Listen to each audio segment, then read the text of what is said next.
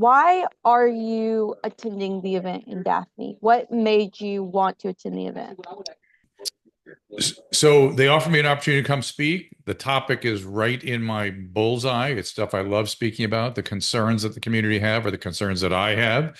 I've been working in this field for since 1985. I've seen the broad patterns of approaches to this illness and the shortcomings of our recent history. And I've got strong opinions, and I'm ready to share them. Recently, in the last few months, we've had a lot of teen deaths related to fentanyl overdose.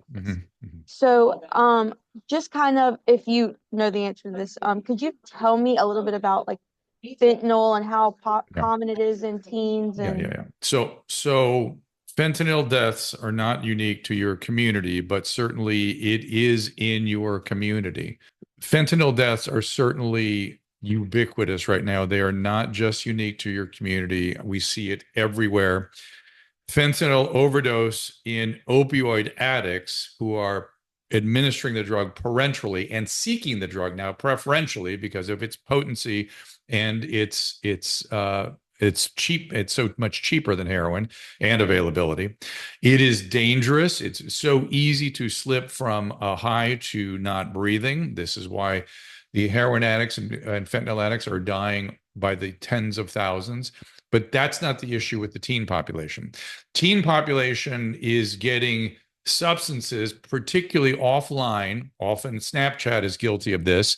They're getting it there and they think they're taking Xanax, they think they're taking Vicodin, and the drug is adulterated with fentanyl, and they are inadvertently getting a fatal dose and readily doing so. And this population of teens accidentally overdosing, not addicted, they're not addicts, they are abusing drugs, they are experimenting with drugs, and they don't realize that everything is tainted with fentanyl now. And so the incidence of inadvertent overdose in teen is escalating dramatically. And that story really hasn't been yet consumed by the public, but that's been going on for a couple of years, and it is getting to be tragic. Absolutely. Like I said, we've had a lot of fentanyl overdose deaths in teens recently. Um, so what I know we were talking about how teens are getting their hands on fentanyl. What would you say is the drug that teens reach for the most, or that's easiest for them to get? Well, it depends on what state you're in, but in most states, weed and alcohol are what young people are using, and weed is culturally sort of put forward as some sort of panacea, some sort of therapeutic drug, and we are seeing the potency, particularly in states where it is legal, is just off the chart. 100% THC in some cases, and that is a different drug than 20 years ago or even 10 years ago, and the psychiatric effects are profound, and people have not caught up with that yet. In terms of what they're getting or reaching for that happens to be laced with fentanyl, that is typically the benzodiazepine medication like Xanax. And the sort of the irony slash tragedy in all this is the combo of an opiate plus a benzodiazepine is the fatal combination. It is terribly easy to induce respiratory arrest with the combo of a benzodiazepine, Xanax, Ativan, Valium, and an opioid, painkillers, fentanyl.